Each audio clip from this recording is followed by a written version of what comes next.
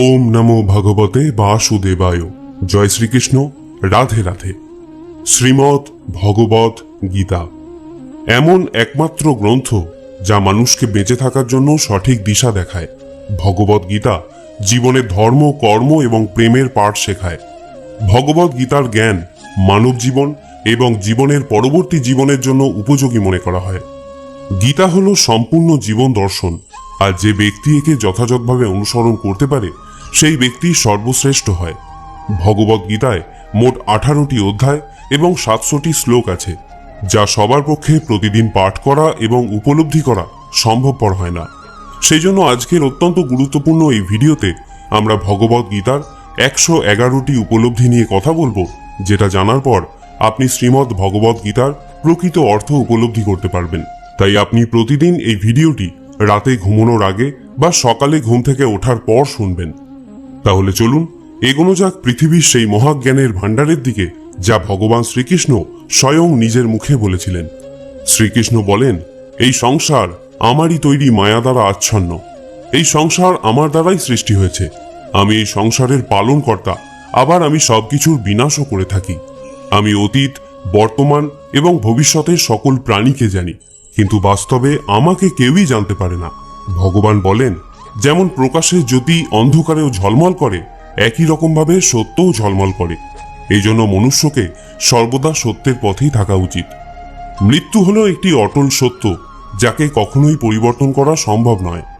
যখন থেকে এই সংসারের নির্মাণ হয়েছে তখন থেকেই জন্ম ও মৃত্যুর চক্র ঘুরে চলেছে। যেভাবে মনুষ্য তার পুরাতন বস্ত্র পরিত্যাগ করে নতুন বস্ত্র পরিধান করে, একই রকম ভাবে আত্মাও পুরাতন জীর্ণ শরীর পরিত্যাগ করে নতুন শরীর ধারণ করে।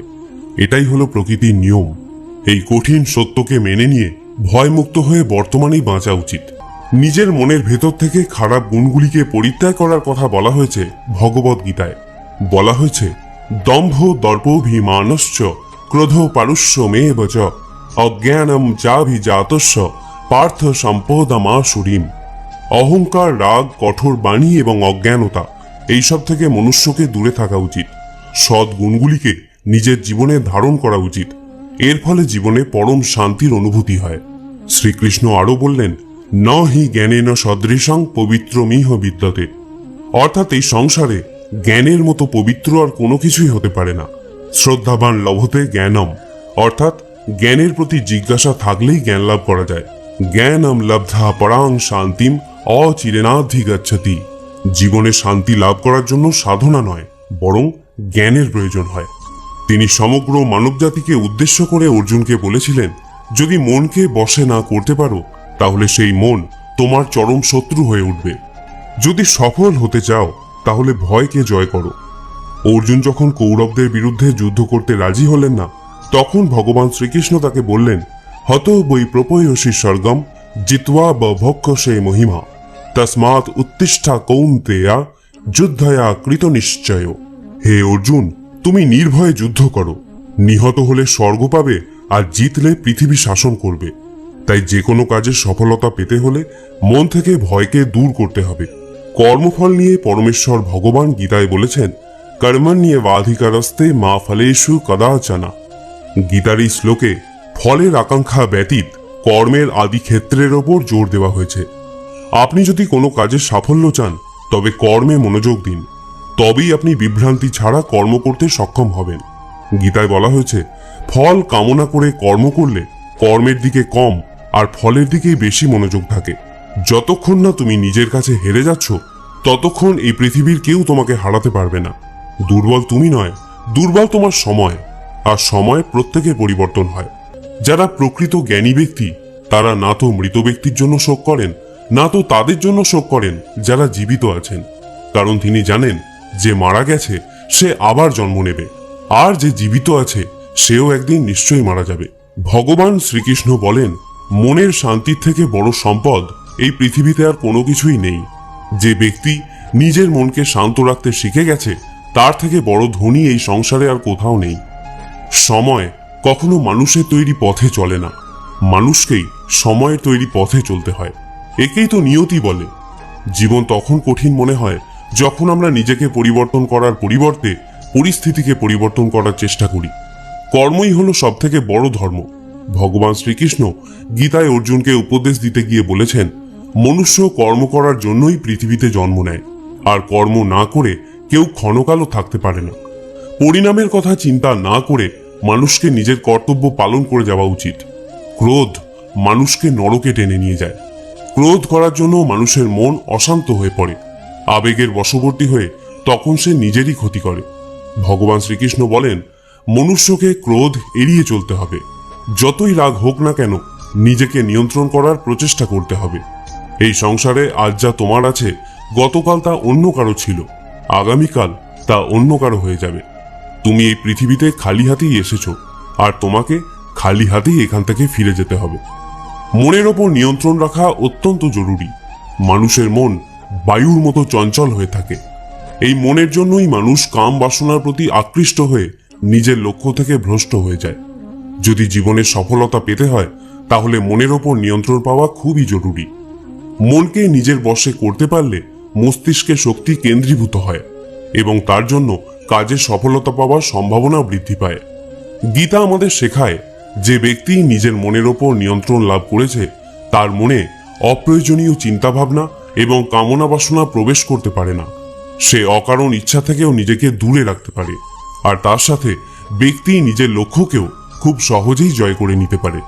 সদা সন্দেহকারী ব্যক্তি না তো এই জীবনে শান্তি পায়, না তো অন্য জীবনে। আর সেজন্যই তুমি সন্দেহের প্রবণতা থেকে দূরে থাকো। অধিক সন্দেহ করলে মনের সমস্ত শান্তি নষ্ট হয়ে যায়, আর ব্যক্তি ভ্রমের বশবর্তী হয়ে আপনজনদের সঙ্গে সব সম্পর্ক নষ্ট করে ফেলে। শরীরের সৌন্দর্য মনকে আকর্ষিত করে, কিন্তু স্বভাবের সৌন্দর্য হৃদয়কে আকর্ষণ করে। সেই জন্যই মনুষ্যের স্বভাব সর্বদা নির্মল হওয়া উচিত। কে কি করছে, কেন করছে এবং কিভাবে করছে, এসব থেকে যত দূরে থাকবে, ততই তুমি সুখে থাকবে। জীবনে আমরা কতটা ঠিক এবং কতটা ভুল, এটা মাত্র দুজনই জানে। একজন হলেন পরমাত্মা এবং দ্বিতীয়জন হলো আমাদের অন্তরাত্মা। ভগবান শ্রীকৃষ্ণ বলেন, যে ব্যক্তির মধ্যে জ্ঞানের অভাব এবং ঈশ্বরে বিশ্বাসের অভাব থাকে, সেই ব্যক্তি জীবনে কখনো আনন্দ এবং সফলতা লাভ করতে পারে না। মানুষের দুঃখের প্রধান কারণই হলো তার মোহ। যে যত বেশি মোহ করবে, সে তত বেশি দুঃখও ভোগ করবে। তোমার আফসোস তোমার অতীতকে পরিবর্তন করতে পারবে না, আবার তোমার দুশ্চিন্তা তোমার ভবিষ্যৎকেও পরিবর্তন করতে পারবে না। সেই জন্যই বর্তমানের আনন্দ উপভোগ করাই সব থেকে সুখের। শ্রীকৃষ্ণ আরো বলেন, যে তোমার পাশে থাকে তুমিও তার পাশে সবসময় থেকো, আর যে তোমার সাথে প্রতারণা করে তাকে তুমি ত্যাগ করো। যে স্থানে তোমার কোনো সম্মান নেই, সেখানে কখনোই যাওয়া উচিত নয়, কারণ এটা করলে লোক তোমাকে বোকা এবং দুর্বল ভাববে। ক্রোধোদ্ভবতী সম্মোহ, স্মৃতিভ্রংশ বুদ্ধির নাশ, বুদ্ধি নাশত্ব প্রাণস্বতী। গীতার এই শ্লোকটি বলে, যে কোনো কাজের সাফল্যের জন্য মনের প্রশান্তির প্রয়োজন হয়। ভগবান শ্রীকৃষ্ণ বলেন, রাগ বুদ্ধিকে ধ্বংস করে ব্যক্তিকে মূর্খ করে তোলে। একজন মূর্খ ব্যক্তি নিজেকে ধ্বংস করে। এ মতাবস্থায় যে কোনো কাজের সফলতার জন্য ক্রোধ ত্যাগ করা অতি আবশ্যক। যে কখনো জীবনের সংকটে পড়েনি, সে কখনো নিজের শক্তির সম্পর্কে জানতে পারে না। যে অন্যের দুঃখকে অনুভব করতে পারে, যার মনে দয়া আছে, যারা মন থেকে শুদ্ধ, সে এই পৃথিবীর জন্ম মৃত্যু চক্র থেকে মুক্ত হয়ে যায়। ভগবত গীতার একটি বড় শিক্ষা হলো এই, যে কাউকে কিছু দিয়ে কখনো অহংকার করা উচিত নয়। কে বলতে পারে তুমি তাকে সেটা দিচ্ছ নাকি পূর্বজন্মের ঋণ পরিশোধ করছো? যেসব ব্যক্তিরা অহংকারী হয়, তাদের বংশ, বৈভব এবং প্রতিষ্ঠা তিনটেই চলে যায়। যদি বিশ্বাস না হয়, তাহলে রাবণ, কৌরব এবং কংসকে দেখো, যারা অতিরিক্ত অহংকারের কারণে নিজেদেরকেই ধ্বংস করেছিল। যদি কাউকে বিশ্বাস করতে হয়, তাহলে তার কথায় নয়, তার ব্যবহার দেখো। অতিরিক্ত রাগের সময় কিছুটা চুপ থাকলে এবং ভুলের সময় কিছুটা মাথা নত করলে জীবন আরো সহজ হয়ে ওঠে। ভগবান বলেন, যে ব্যক্তি আমাকে জেনে যায়, সে এই কষ্টে ভরা পৃথিবীর জন্ম মৃত্যুর চক্র থেকে মুক্তি পেয়ে যায়। যে ব্যক্তি ভগবত গীতা পড়ে এবং তাকে অনুসরণ করে, তার জীবন থেকে সমস্ত দুষ্কর্মের প্রভাব নষ্ট হয়ে যায়। যা তোমার ভাগ্যে আছে তা দৌড়ে তোমার কাছে আসবে, আর যা তোমার ভাগ্যে নেই তা এসেও আবার চলে যাবে। ঝড় যেমন নদীতে থাকা নৌকোকে পথভ্রষ্ট করে দেয়, সেরকমই বাসনা মানুষের বুদ্ধিকে ভ্রষ্ট করে দেয়। যে মানুষ সুখ দুঃখে মান অপমানে শান্ত থাকতে পারে, সেই মানুষ আমার অতি প্রিয়। বুদ্ধিমান ব্যক্তি যখন সম্বন্ধ রাখা বন্ধ করে দেয় তখন বুঝে নেওয়া উচিত যে তার আত্মসম্মানে কোথাও না কোথাও আঘাত লেগেছে। মানুষ এই জন্য দুঃখী নয় যে সে ঈশ্বরের অস্তিত্বকে বিশ্বাস করে না। মানুষ এই জন্য দুঃখী কারণ সে ঈশ্বরের জ্ঞানকে বিশ্বাস করে না। সময় এলে সবকিছুই পাওয়া যায়। সময়ের আগে কোনো কিছু পাওয়ার ইচ্ছাই দুঃখের প্রধান কারণ হয়ে দাঁড়ায়। যারা প্রেমকে জঘন্য বলেন তারা মূর্খ। এই জগৎ প্রেম দিয়েই তৈরি হয়েছে। প্রেমই হলো এই জগতের মেরুদণ্ড। মনুষ্য তার বিশ্বাস এবং চিন্তাভাবনা দ্বারাই তৈরি হয়। যার মনের চিন্তাভাবনা যেমন হয় সেই মানুষ সেরকমই তৈরি হয়। এই সংসারে ভাগ্যের থেকে বেশি এবং সময়ের থেকে আগে না তো কেউ কিছু পেয়েছে আর না কখনো পাবে। মুখ থেকে বেরোনো কথার মধ্যে সংযম থাকা অত্যন্ত জরুরি, কারণ মুখের কথা একজনকে যা আঘাত দিতে পারে সেই আঘাতের ক্ষত কোনোদিন পূরণ করা যায় না। শ্রীকৃষ্ণ বলেন, ধর্মের জন্য লড়াই করতে শেখো, অধর্মের শত্রু হতে শেখো এবং যারা তোমার আপন তাদের জন্য ত্যাগ করতে শেখো। সত্য সর্বদা জলে ভাসমান তেলের মতো হয়। তুমি যতই মিথ্যার জল ঢালো সত্য সর্বদা ওপরেই থাকবে। জীবনের একটি অমূল্য শিক্ষা, খুব আনন্দের সময় কারোর কাছে কোনো প্রতিজ্ঞা করো না, খুব রাগের সময় কাউকে উত্তর দিও না, আবার যখন খুব দুঃখ হবে তখন কোনো সিদ্ধান্ত নিও না। যদি কোনো মনুষ্য সমগ্র জগৎকে জেনে যায়, সমগ্র সংসারকে জেনে যায়, কিন্তু সে নিজেকে না জানতে পারে, তাহলেও সেই মানুষ নির্বোধ থেকে যায়। যদি কেউ তোমাকে প্রত্যাখ্যান করে তাহলে দুঃখ করো না, কারণ বাস্তবে সে তোমার মূল্য বোঝেনি। যে সম্পর্ক তোমাকে কাঁদিয়ে দেয় সেই সম্পর্কে থেকে গভীর সম্পর্ক আর কোনো কিছুই হয় না। আর যে সম্পর্ক তোমাকে কাঁদার জন্য ছেড়ে দেয় তার থেকে দুর্বল আর কোনো সম্পর্ক হয় না।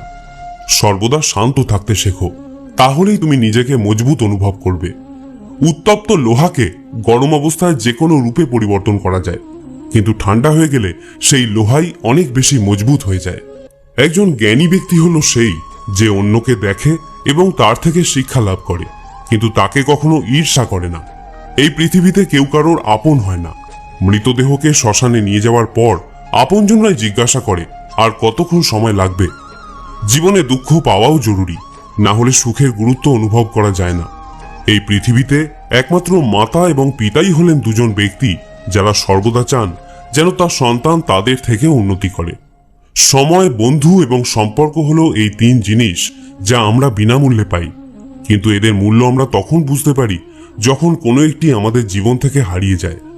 জীবনে কিছু দুঃখ আমাদের এমনও থাকে যা আমাদের বাঁচতে দেয় না, আবার জীবনে কিছু কর্তব্যও এমন থাকে যা আমাদের মরতে দেয় না। তুমি যত ইচ্ছা ভালো কাজ করে নাও, তোমার প্রশংসা একমাত্র শ্মশানেই হবে। যদি তুমি কোনো ব্যক্তিকে একবার ক্ষমা করে দাও তাহলে তুমি জ্ঞানী, যদি দ্বিতীয়বার ক্ষমা করে দাও তাহলে তুমি নরম মনের মানুষ, কিন্তু যদি তুমি সেই ব্যক্তিকে তৃতীয়বারও ক্ষমা করে দাও তাহলে তুমি এই দুনিয়ার সব থেকে বড় মূর্খ। এই জীবনের সব থেকে দামি জিনিস হলো তোমার বর্তমান। যদি এটা একবার হারিয়ে যায়, পুরো দুনিয়ার সম্পত্তি দিয়েও এটাকে তুমি আর ফিরিয়ে আনতে পারবে না। ঈশ্বরের কাছে কোনো কিছু চাওয়ার পর যদি না পাও তাহলে ঈশ্বরের উপর রাগ করো না, কারণ ঈশ্বর তোমাকে সেটা দেয় না যেটা তোমার ভালো লাগে। ঈশ্বর তোমাকে সেটা দেয় যেটা তোমার জন্য ভালো। প্রেম সর্বদা ক্ষমা চাইতে পছন্দ করে, কিন্তু অহংকার ক্ষমা চাওয়াতে পছন্দ করে। ভগবান শ্রীকৃষ্ণ বলেন, তোমার নাম নয়, কর্মই তোমার আসল পরিচয়। তার কারণ এক নামের হাজার মানুষ আছে, তাদের নাম এক হলেও কর্ম ভিন্ন হয়, আর সেটাই তাদের আসল পরিচয়। হাজারটা ভালো কথার মধ্যেও লোক তোমার খারাপ কথাটাকেই মনে রাখবে, তাই লোক কি বলছে তাতে মনোযোগ দিও না। যতটা সম্ভব নিশ্চুপ থাকাই শ্রেয়, কারণ মানুষের পাপের জন্ম তার মুখের কথা থেকেই প্রথম শুরু হয়। কারোর সাথে ছলনা করা বা ঠকানো হলো একটা ঋণের মতো, যা অন্য কারোর কাছে তোমাকে পরিশোধ করতেই হবে। আজ তুমি একজনকে ঠকাবে, আগামীকাল তার পরিণাম তুমি অন্য কারোর কাছ থেকে অবশ্যই পাবে। যদি তোমার দৃষ্টি সত্যিই ভালো হয় তাহলেই একমাত্র তুমি নিজের দোষ এবং অন্যের গুণগুলি খুঁজে পাবে। যে সময়ের সাথে স্বভাব পরিবর্তন করে তাকে কখনোই বিশ্বাস করা উচিত নয়। জীবনে কখনো নিজেকে অন্যের সাথে তুলনা করো না। তুমি যেমনই হও সেটাই সর্বশ্রেষ্ঠ। প্রত্যেকেই তাদের জীবন বদলানোর জন্য সময় পায়, কিন্তু সময় বদলানোর জন্য দ্বিতীয় জীবন কেউই পায় না। ভগবান বলেন, যা অবশ্যম্ভাবী তা ঘটবেই, আর যা হবার নয় তা কখনোই হবে না। এরকম বিচার যার মনে থাকে তাকে দুশ্চিন্তা কখনোই পীড়া দেয় না। ভালো উদ্দেশ্য নিয়ে যে কাজ করা হয় তা কখনোই ব্যর্থ হয় না, আর তার ফলও তুমি একদিন নিশ্চয়ই পাবে। জীবনের সব থেকে বড় ভুল হলো সেটাই যেটা থেকে আমরা কিছু শিখতে পারি না। আজ তুমি যে কাজ করছো তার ফল তুমি ভবিষ্যতে নিশ্চিত পাবে, আর আজ তুমি যা পেয়েছো তা তোমারই দ্বারা করা তোমার অতীতের কর্মের ফল। শ্রীকৃষ্ণ বলেন, যে মানুষ শ্রদ্ধা ভক্তির সঙ্গে আমার উপাসনা করে আমি তাকে সেই সব কিছু দিয়ে থাকি যা তার কাছে নেই, আর তার কাছে যা থাকে আমি তা রক্ষাও করি। কাকে কি আর কতটা বলতে হবে যদি তুমি শিখে নাও তাহলে তোমার জীবন সার্থক হয়ে যাবে। যদি জীবনে কখনো সুযোগ পাও তাহলে স্বার্থ ত্যাগ করে সাহায্য করে দিও, কিন্তু কখনোই স্বার্থপর হয়ে এড়িয়ে যেও না। ধর্ম দ্বারা পরিপূর্ণ হৃদয় সর্বদা ধর্মের পরামর্শ দেয়, আর অধর্ম দ্বারা পরিপূর্ণ হৃদয় সর্বদা অধর্মের পরামর্শ দেয়।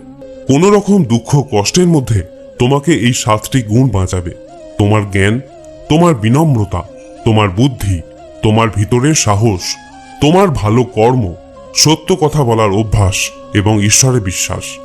যখন কঠিন সময় আসে তখন ব্যক্তি একা হয়ে যায়, কিন্তু এটাও সত্য যে সেই কঠিন সময় ব্যক্তিকে আরো মজবুত করে দেয়। যে তোমাকে সম্মান দেয় তাকেও তুমি সম্মান দাও।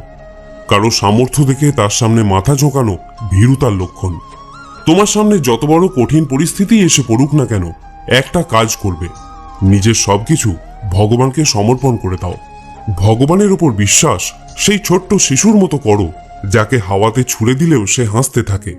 সে ভয় পায় না, কারণ সে জানে যে তুমি তাকে নিচে ফেলে দেবে না।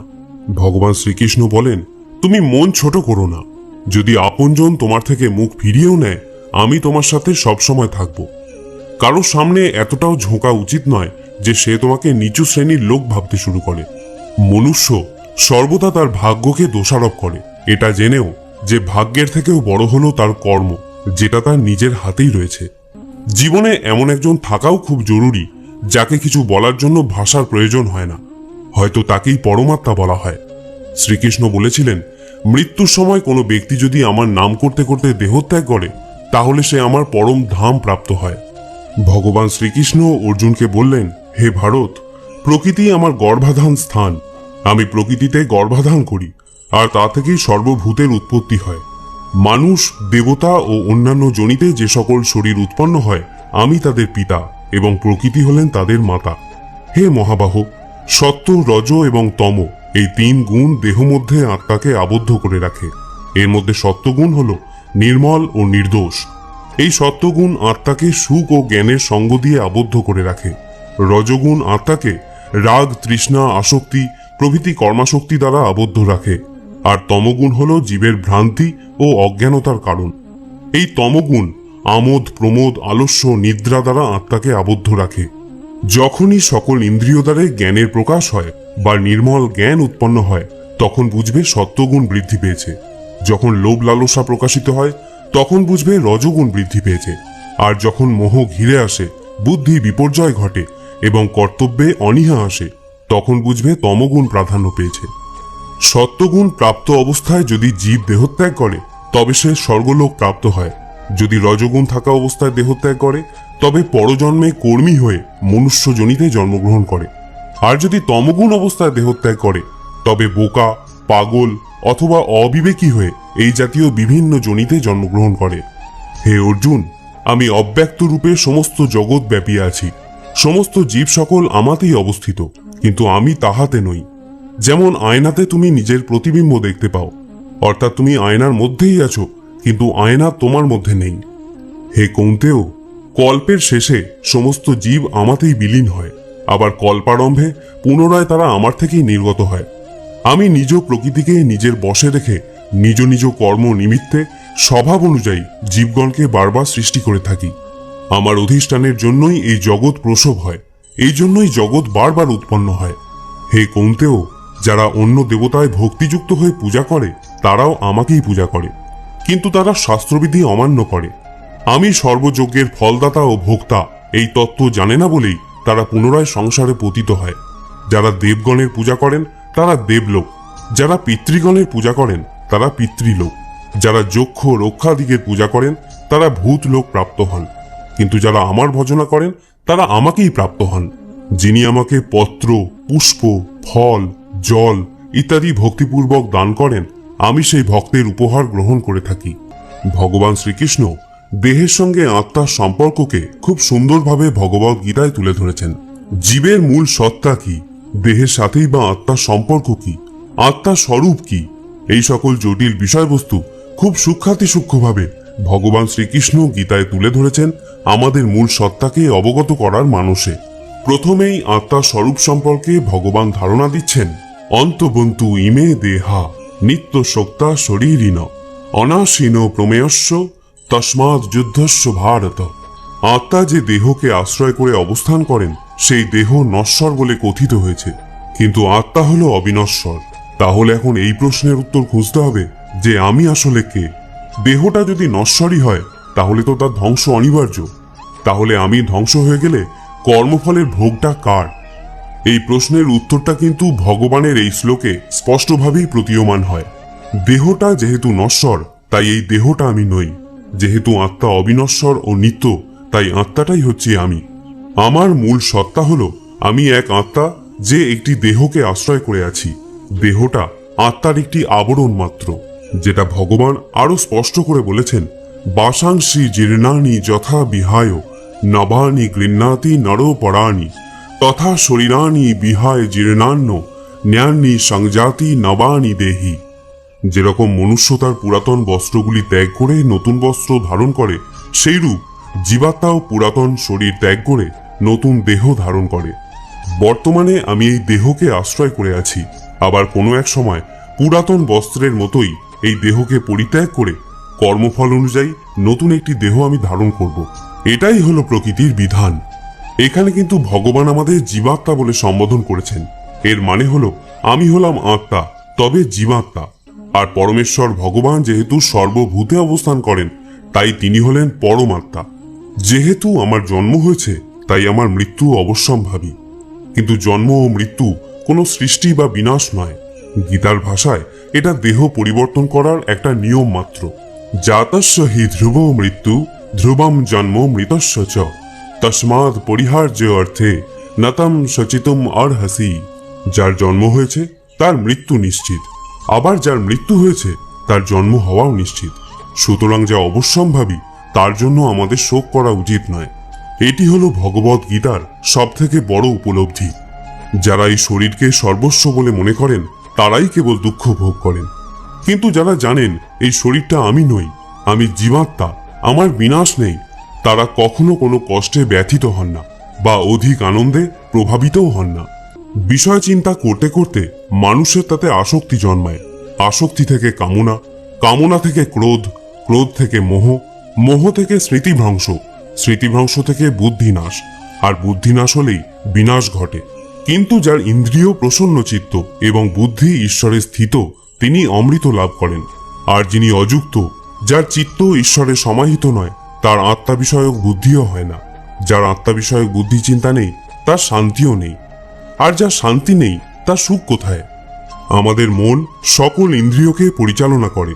যখন ইন্দ্রিয় সকল মনের অধীন এবং প্রজ্ঞাবান, যার ইন্দ্রিয় সকল বিষয় থেকে নিবৃত হয়েছে তার প্রজ্ঞা প্রতিষ্ঠিত হয়েছে বলে জানবে। যেমন নদীর জল সমুদ্রে প্রবেশ করে বিলীন হয়ে যায়, তেমনি আত্মাবান ব্যক্তিতে বিষয় সকল প্রবেশ করলেও তাতে চিত্ত বিক্ষিপ্ত না হয়ে স্থির থাকে।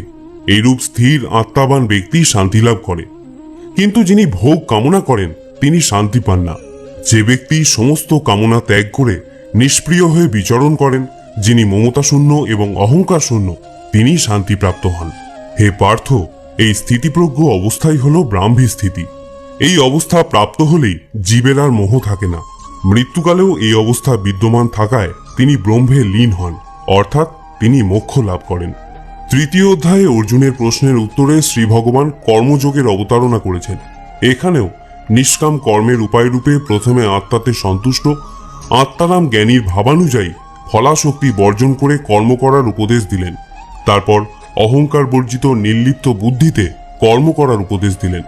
তিনি বলছেন, ময়ি সর্বাণি কর্মাণি সংন্য সাধ্যাত্ম চেতসা, অর্থাৎ বিবেক বুদ্ধি দ্বারা আমাদের সমস্ত কর্ম সমর্পণ করো। এখানেও শ্রী ভগবান কর্মযোগের সহজ পন্থা স্পষ্ট করে নির্দেশ করে দিচ্ছেন। ঈশ্বরের সমস্ত কর্ম সমর্পণ করতে হবে আমাদের, তাহলে সেই কর্মের ফল আর আমাদের উপর বর্তাবে না। ঈশ্বর তার অনন্ত কৃপাগুণে আমাদের সমস্ত কর্মভোগ কাটিয়ে মোক্ষের অধিকারী করে দেবেন।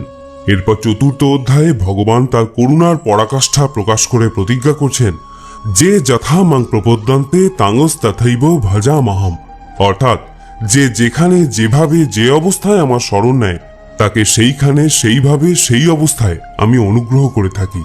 যে বিষয় কামনা করে তাকে আমি কাম্য বস্তু প্রদান করে থাকি, যে মোক্ষ কামনা করে তাকে আমি মোক্ষ ফল প্রদান করি, যে ভক্তি প্রার্থনা করে তাকে আমি ভক্তি প্রদান করি।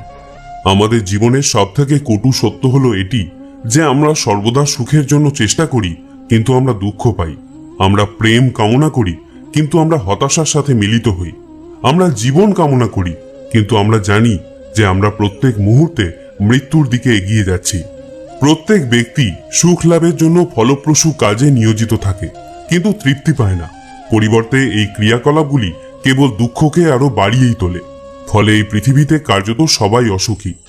কেউ কেউ নিজের শরীর ও মনের দুঃখে ভোগে, অন্যরা তাদের পরিবারের সদস্য এবং আত্মীয়দের দ্বারা যন্ত্রণা প্রাপ্ত হয়। কেউ কেউ ধনসম্পদের অভাব এবং জীবনের প্রয়োজনীয় জিনিসপত্রের ঘাটতিতে ভুগছেন। বস্তুগত মানসিকতার লোকেরা জানে যে তারা অসুখী, কিন্তু তারা মনে করে যে তাদের সামনে থাকা অন্যরা সবাই সুখী এবং তাই তারা বস্তুগত বৃদ্ধির জন্য ছুটতে থাকে। এই অন্ধ সাধনা চলে বহুকাল যাবৎ, তবুও সুখের দেখা নেই। এখন যদি মানুষ এটা বোঝে যে ফলপ্রসূ কাজে লিপ্ত হয়েও কেউ কখনো সুখ অর্জন করতে পারেনি, তাহলে তারা বুঝবে যে তারা যেদিকে ছুটছে তা বৃথা এবং অর্থহীন, এবং তখন তারা আধ্যাত্মিক জীবনের দিকে ফিরতে পারে। যাদের বুদ্ধি আধ্যাত্মিক জ্ঞানে স্থির হয়ে গেছে তারা বোঝে যে ভগবানই সবকিছুর পরম ভোগদাতা। ফলস্বরূপ তারা তাদের কর্মের ফলের প্রতি আসক্তি পরিত্যাগ করে, তার কাছে সমস্ত কিছু নিবেদন করে এবং তার করুণা হিসাবে যা আসে তা নির্মলভাবে গ্রহণ করে। এটি করার ফলে তাদের কর্মগুলি কর্মিক প্রতিক্রিয়া থেকে মুক্ত হয়ে যায়, যা একজনকে জীবন ও মৃত্যু চক্রে আবদ্ধ করে। শ্রোতা বন্ধুরা, আমি আশা করব ভগবত ভক্তির এই কথাগুলি আপনার ভালো লেগে থাকবে। সনাতন ধর্মকে আরো বেশি বেশি করে প্রচারের নিমিত্ত গীতার এই সার কথা আপনার আপনজনদের সাথেও শেয়ার করুন, যাতে তারাও পরমাত্মার স্নেহ ছায়ায় অপার শান্তি লাভ করতে পারে এবং আপনারও তাতে মঙ্গল হয়। আপনাকে অনুরোধ করব ভিডিওটিতে একটি লাইক অবশ্যই করবেন। আজ এখানেই আলোচনা শেষ করছি। সকলে ভালো থাকুন, সুস্থ থাকুন এবং গীতা প্রচার করতে থাকুন। জয় শ্রীকৃষ্ণ।